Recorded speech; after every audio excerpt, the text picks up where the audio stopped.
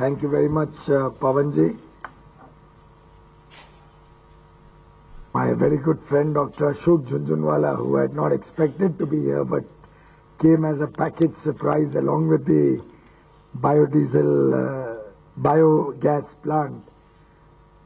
All the Arvinds that I've met since today morning, other senior colleagues from the Mahindra group handling different areas, particularly the research and development wing, which I had the pleasure to know more about some time back. All the scientists, all the dedicated team that has been working on these various projects. And I think the people who have worked on this biogas plant deserve the highest applaud for the outstanding achievement they have done.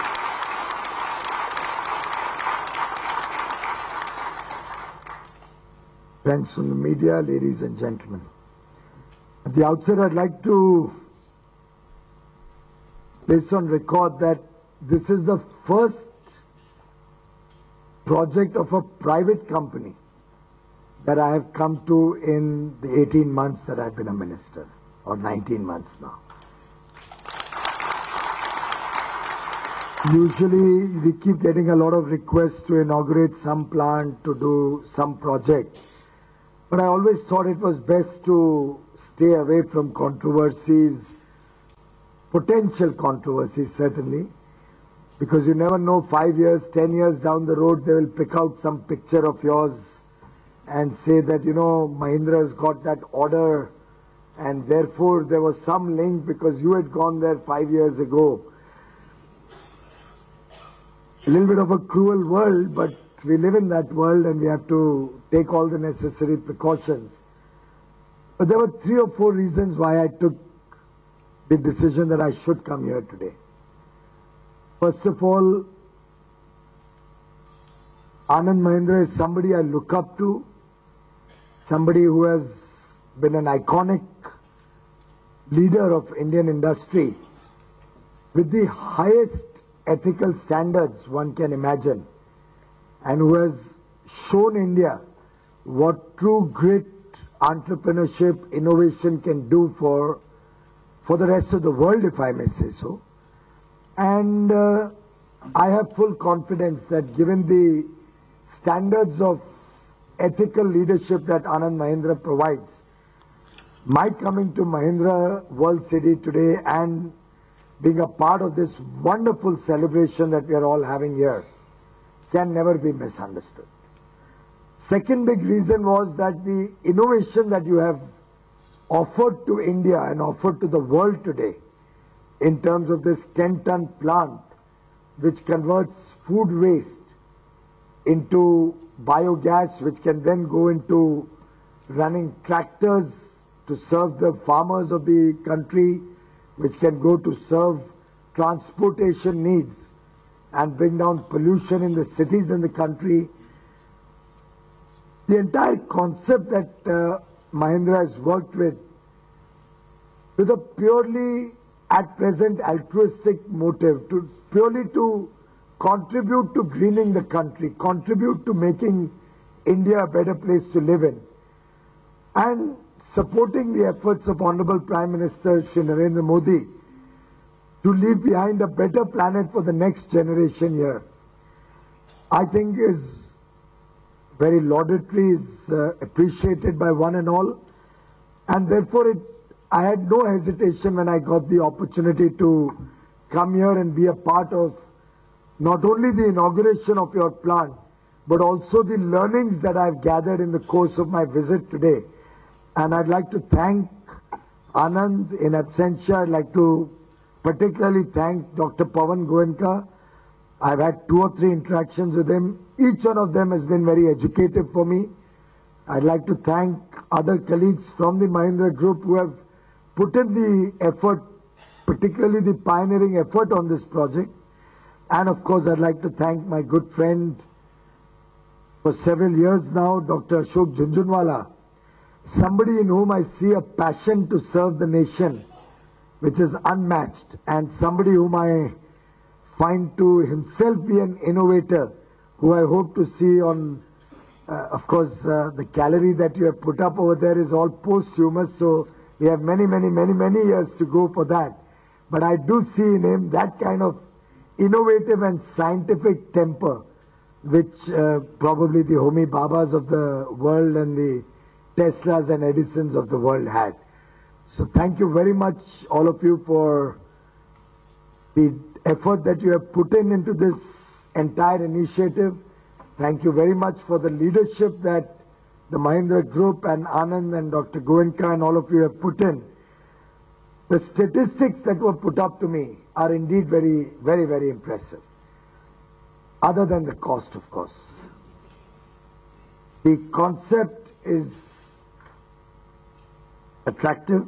I can visualize how this can be a game changer when we are looking not only at a better environment but also Swachh Bharat Abhiyan, and where food waste and the potential degradation of that food waste and its impact on the environment is truly a matter of concern for all of us policymakers. I have of late been working closely in Varanasi to try and clean up that city, and I'm realizing what a big challenge it is, particularly when you juxtapose the challenge with the large amounts of biodegradable food waste that we have. And as India is moving more and more towards consumerism, it's probably showing up in terms of large amounts of garbage dumps all over the country. In fact, only yesterday I had called the Municipal Commissioner of Mumbai to discuss with him what we are doing for a Swachh Mumbai, what the plans are to make Mumbai a cleaner city. I mean, I remember ever since I was a child, we have been talking of clean Mumbai, green Mumbai and all of that. But it's only deteriorated over the last many years. The current Chief Minister of Maharashtra is committed to making Maharashtra a Swachh state, committed to making Mumbai a Swachh city. And I'm sure there can be no right-thinking individual in the whole country, particularly the youth of our country, who would ever like to live in an environment, like to work in an environment, or would like to see their country dirty. And Swachh Bharat is something on which we can break the barriers of political ideology also. It's something where we can, 125 crore Indians can be aligned. And in that sense, the innovation that Mahindra and the Mahindra Research Center has presented to me today, and in some sense dedicated to the nation today, is extremely exciting for me as a minister in charge of renewable energy.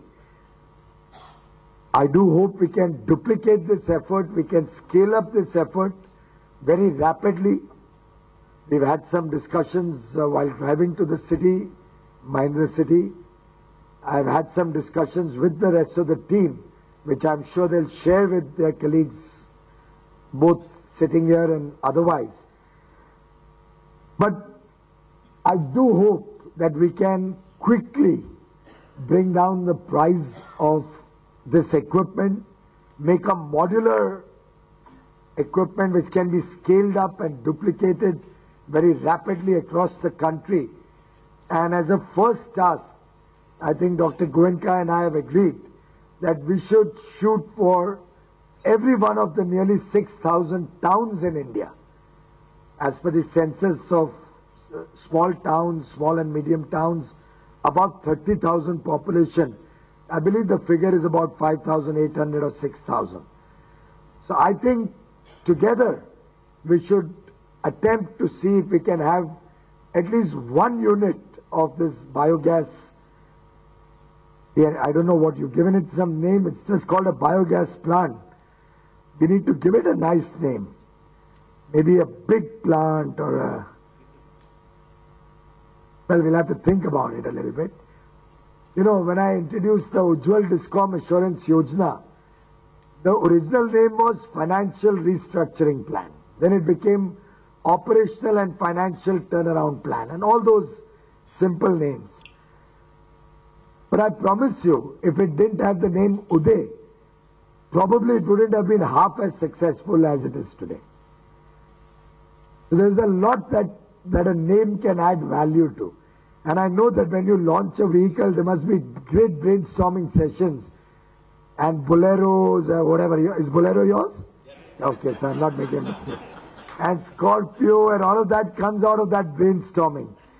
So maybe you can have a national competition to come out with a good name for this beautiful innovation that you have presented today, and make it a matter of pride for every city, every town to participate in this mission to make India clean, process all food waste, and possibly in the process also help our farmers get the quality organic manure that I had the privilege of seeing today, help create more and more environment-friendly vehicles which can run on the CNG or the products that come out of this plant. I believe you're also working on making these plants process agri-waste. Rice husk can also, maybe you can take up the project of Punjab, Haryana with little more speed so that we can process all that agri-waste in situ and hopefully reduce the pressures on the auto vehicles or automobile companies which are being castigated for all the pollution that we are finding all over the world and the country today. But the long and short of it is, I think now all of this has to move out from laboratory scale to operationalize them to national rollout levels. I know Mahindra can do it. I know you have the passion, the zeal, the commitment to do that rapidly, to do that innovatively and economically. And I trust I will get your full support in all our efforts, not only to make a clean India, not only to leave behind a clean environment, but show the world.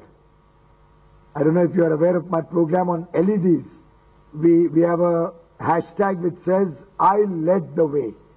I LED the way. I led the way. And LEDs, for your information, is truly a rollout which is unparalleled in the world. So Secretary Ernie Moniz of the United States actually talks about it and takes out his mobile and shows the app in public audiences about the way India is systematically and efficiently working on energy efficiency. So if the world is standing up and watching and recognizing India for the massive thrust we are giving to a cleaner environment, to renewable energy, to energy efficiency, to energy conservation, I'm sure the world will watch the speed and dexterity with which Mahindra takes this whole project forward. On my part, I can only reassure you, and I'm using the word reassure because I saw a lot of projects where MNRE and the Mahindra Research Center are even collaborating together. So I can only reassure you that we will be a part of any initiative which can provide cost-effective solutions towards making India greener, cleaner. You got a little sample today. I'm committing to you publicly that Maharashtra will waive VAT, road tax and registration for all electric vehicles in the state of Maharashtra.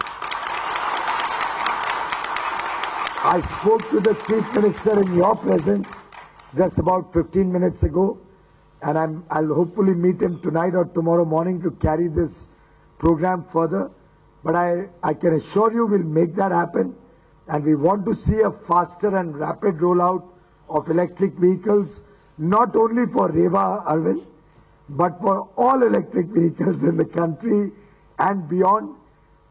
Dr. Jhunjhunwala is working with me on trying to make electric vehicles a way of life.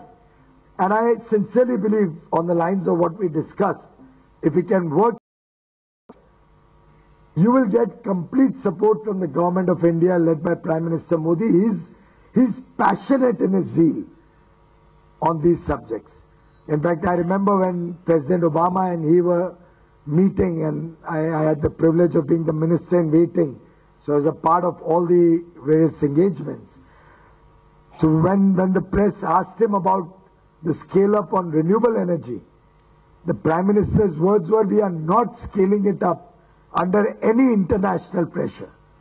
Our scale up to 175,000 megawatts of renewable energy in the now next 6.5 years, at that time it was 7 years, is not under any sort of pressure, under any commitment, under any international protocol. It's an article of faith for Prime Minister Modi. And I assure you, the rapid roll-up of projects such as what we have seen today, be it the electric vehicles, be it the biogas plant that you have shown and inaugurated today, be it the hydrogen vehicle we saw, be it the hybrids which you have developed, be it the clean CNG, all of these projects which we are working on, particularly related to environment, particularly related to a better world in the future, will be projects which we will partner with you, which we'll own up with you, and I assure you we'll do all of that in speed. I hope you can match up to the speed of Prime Minister Modi. Thank you very much.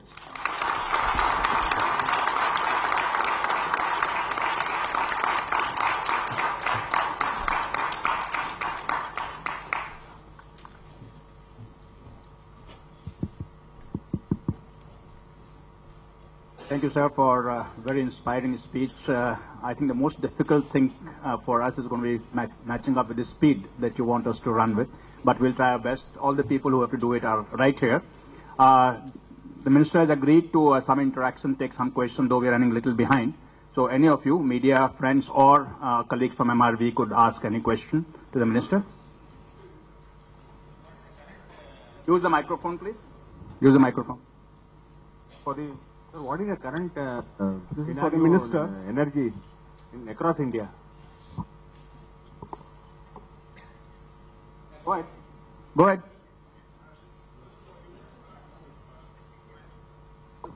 Kunangalam Unit 1 has been shut down for the We are past... discussing this here. Yes? Discussing the subject for which I have come away.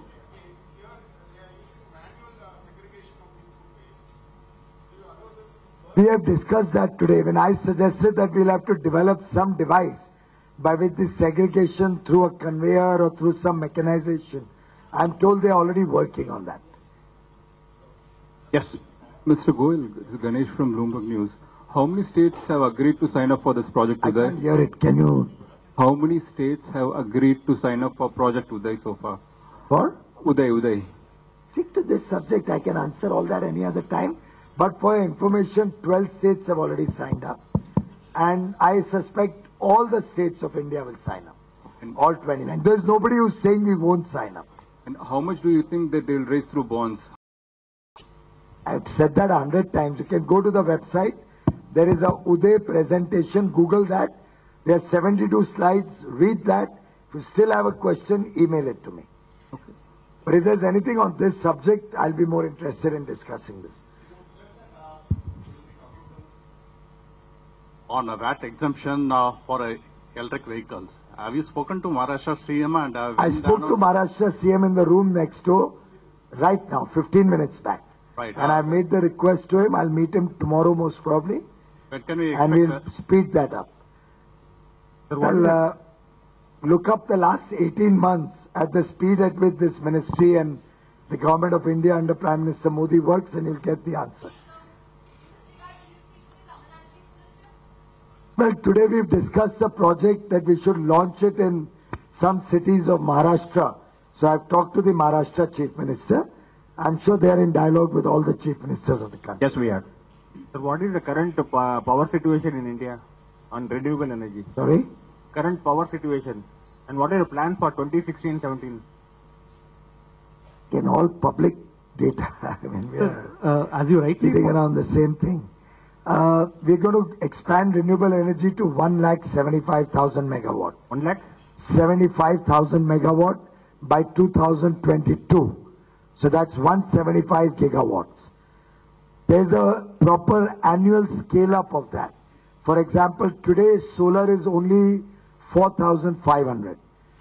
We are hoping to add about the actual add target for this year was only 2,000, but we'll exceed that by 25 to 30%. And we may go nearly 2,500, 3,000 megawatt solar in 15-16. 16-17, I hope to add 12,000 megawatt of solar alone. With that, there'll be wind, there'll be bio generated electricity, all of those other hydro. So overall, you could easily imagine 15 gigawatt being added in 16-17. Sir, as you rightly pointed out, Status of what? sir, as you rightly pointed out, for such projects, cost is the one factor. So what are the initiatives we can expect from the government to help such plans, be it in states or like any corporates have come to this? See, I had a lot of discussions with the Mahindra's team also today. I'm one of those who believes that, and I've learned this from management school, that if you keep depending or remaining on the clutches of government, you'll never be able to achieve scale, never be able to achieve path-breaking innovation. Government can handhold or support you in the initial period a little bit, but ultimately a project has to be techno-economically viable. I'll give you an example. Water heaters used to be given a subsidy. Because of that subsidy, the manufacturers would jack up their price, and therefore the consumer was hardly getting any benefit. But in the hope of that subsidy coming someday, and particularly in the last decade or so, we found subsidies were always delayed in terms of disbursement. After 18 months, I'm still paying subsidies which were promised 2 years and 5 years and 4 years ago.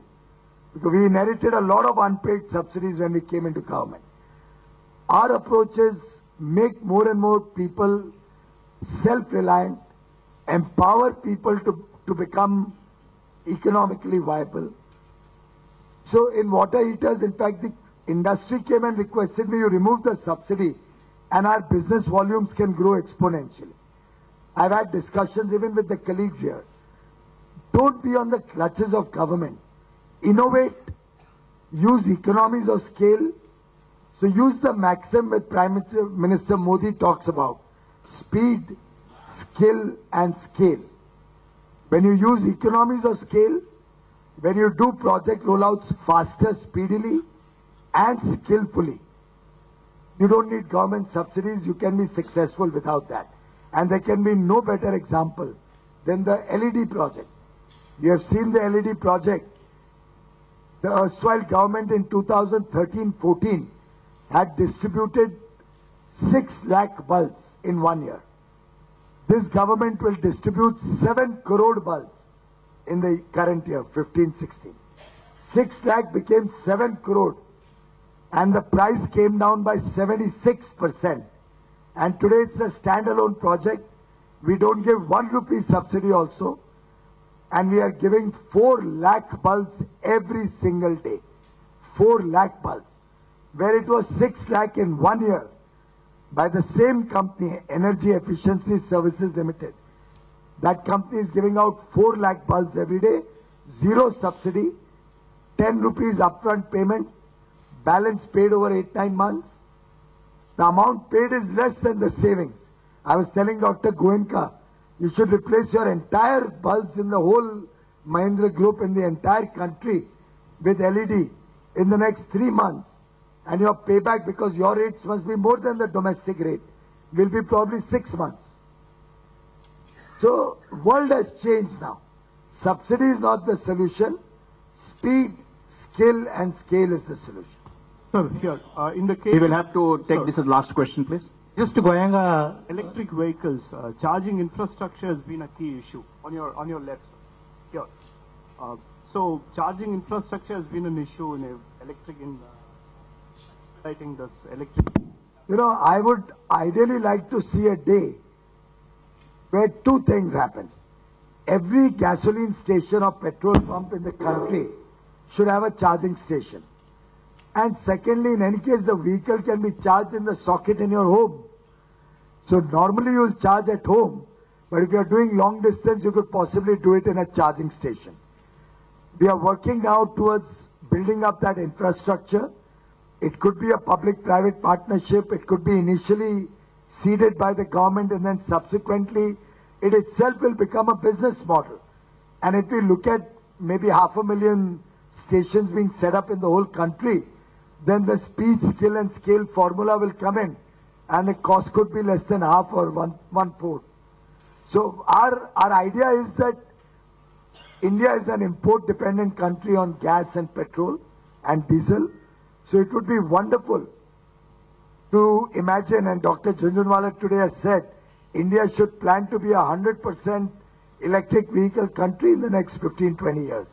And the way storage technologies are becoming cheaper, the way innovation is happening, just like in the technology sector, if you recall memory chips, storage of data, I'm given to understand it falls 50% every month or every 3 months. Similarly, I expect in the years to come, innovation to play a great role. And India is a country which has sufficient power. Today, this country has surplus power and surplus coal. I don't know if you noticed on 29 December, and I've tweeted an article of Business Standard, you'll all be delighted to know, 29 December, the country had zero shortage of power in the entire country.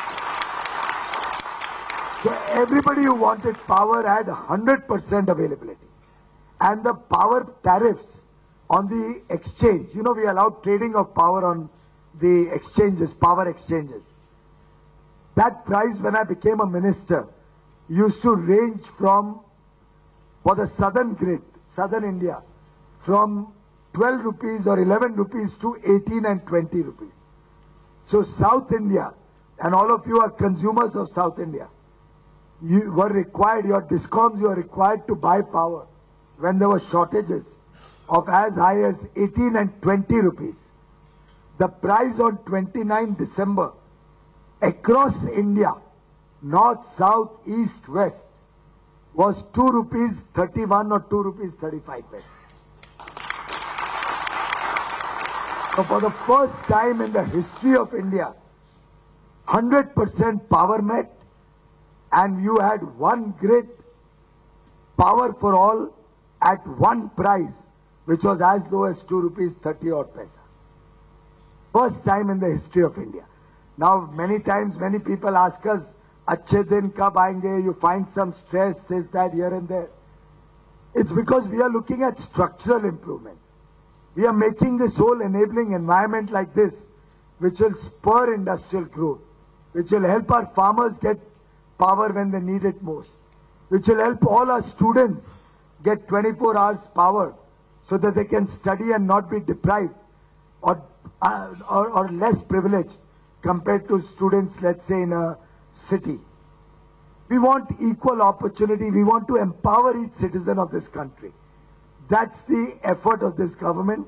We are working on an agenda which permanently makes each one of you live a better quality of life. We are not looking at shortcuts. Winning an election or two by giving loan waivers, subsidies. You know, in Hindi, I don't know, we are in Chennai, but if some of you understand Hindi, for far too long, this country has probably become quite used to khairat. Khairat is alms, subsidies, some favors, some crumbs thrown your way. I think we need to change the mindset of India. We need to empower each citizen to be a proud citizen. We need to make him feel that he's standing on his own feet. He doesn't need alms from anybody. He doesn't need any favor from a minister or a government. He doesn't need to be dependent on bureaucrats and politicians. He can stand on his own feet. That's the India we are dreaming of. That's the India we want. I think we will.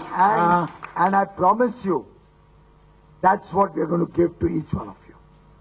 So just one question, please.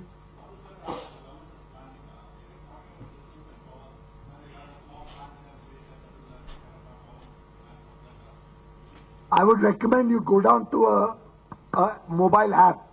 It's Gramin Vidyuti Karan or GARV, G-A-R-V. All of you who have smartphones can download that app on your phone and you will get the complete rundown of the rural electrification program that we are running. Prime Minister Modi announced on 15th of August 2015 that every village in this country, and 68 years after independence, it's a shame for all of us.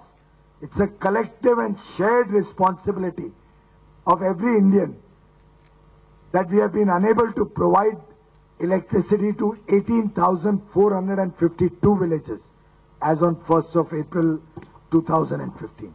Prime Minister Modi is most worried and agitated that how can a child in any of these villages study and compete with the rest of the world. My own father, Dr. Saab, studied under street lights in a small town in Haryana, where probably you may come from also, I don't know, Rajasthan or Haryana. But my father studied under a street light in the 40s. Can any of you accept that our young boys and girls have to study under kerosene lamps 68 years after independence? And mind you, these 18,500 villages are the most difficult. They are the remotest villages. They are in Naxalite and Maoist affected deep forests. They are at the top of mountains. These are those last 18,452 villages, which could not be done in 68 years. Prime Minister did not talk to us. He announced it on 15th August that he's given me 1,000 days to do it. Me as in the entire team. But I promise you we'll do it in 730 days. And we have given the whole roadmap on that app. If somebody, it seems there, has already downloaded it, GARV or Gramin Vidyuti Karan, and you can download it on your phone. You will get real-time updates. Every village that gets electrified. Currently we are electrifying about 100 villages or 120 villages a day. We are going to ramp it up to 200 villages a day. And they are young boys and girls like these children who are there. I have 309 Gramin Vidyuti Karan Abhyantas. These are young boys and girls who've just done engineering.